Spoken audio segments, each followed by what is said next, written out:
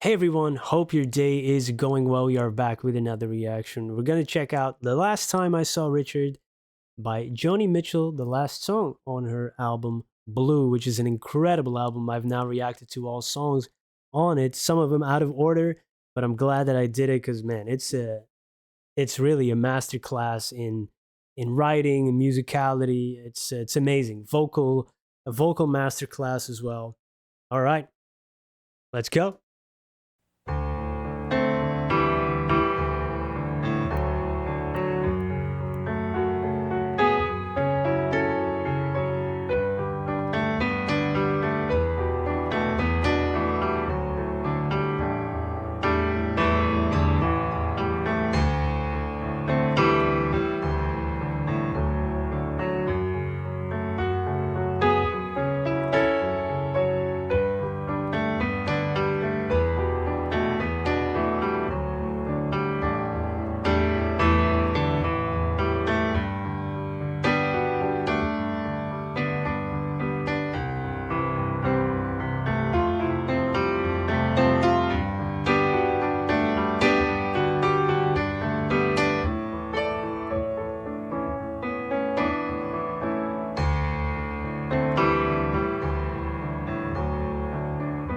The last time I saw Richard was Detroit in '68, and he told me all romantics meet the same fate someday.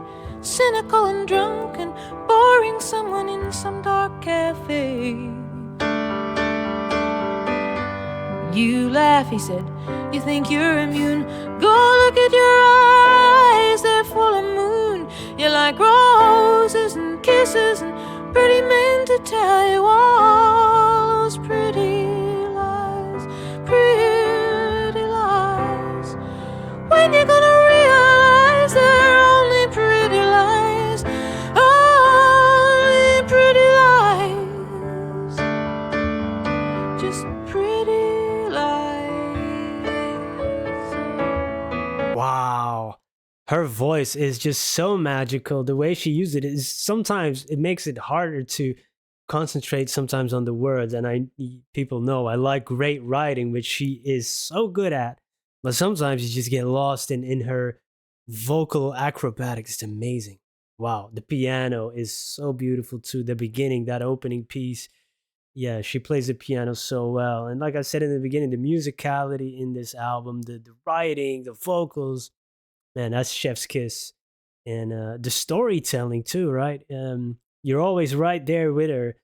And this cynical take, like she said, cynical and drunk, man. Like, yeah, all you romantics are gonna meet the same fate someday, and that might be true. But it's what happens afterwards. You're gonna stay in there and wallow, or you're gonna open yourself up again, and maybe something better's around the corner.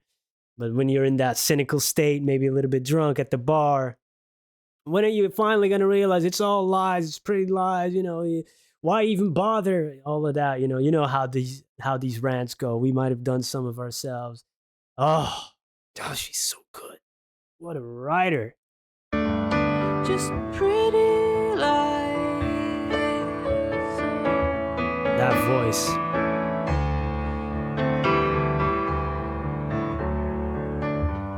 You put a quarter in the Wurlitzer, and he pushed 3 buttons, and the thing began to whir. And a barmaid came by in fishnet stockings and a bow tie, and she said, "Drink up now, it's getting on time to close." "Richard, you haven't really changed," I said. "It's just that now you're romanticizing some pain that's in your head. You got tombs in your eyes, but the songs you punched are dreaming. Listen, they sing a love so sweet, love so sweet. When you gonna get yourself back on your feet? Oh, love can be so sweet, love so sweet."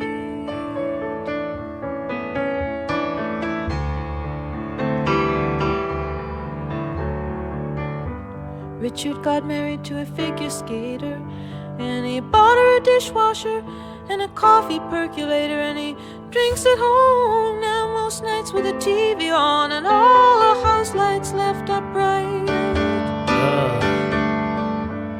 I'm gonna blow this damn candle out. I don't want nobody coming over to my table. I got nothing to talk to anybody about.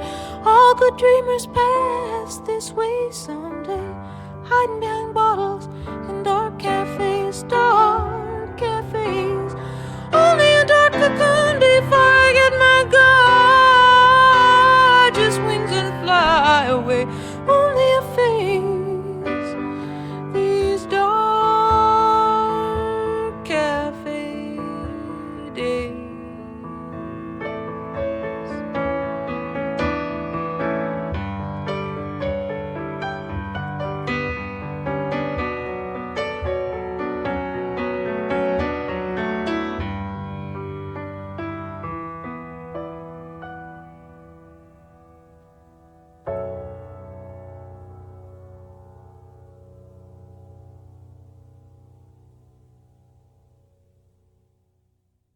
Wow, that was amazing.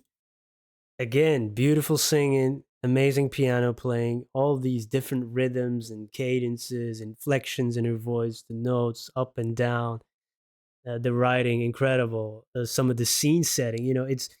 It's so good.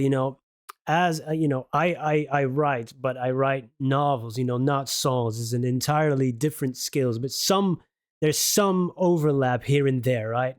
Uh, but what she's able to put into one song, not only do we get a story, a visual story that you're right there with her, there's also substance and psychology, there's human behavior, there's a little bit of humor in it, there's cynicism in it, there's optimism in it at the end, there's wisdom in it, all in just 4 minutes.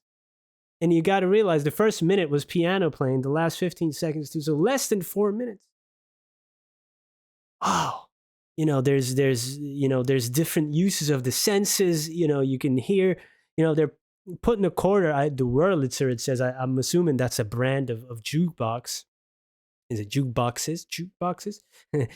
So the song is, you can imagine already a song playing, the barmaid's coming by, she has fishnet stockings on, a bow tie, so you're already right there with her, this bar, dark cafe.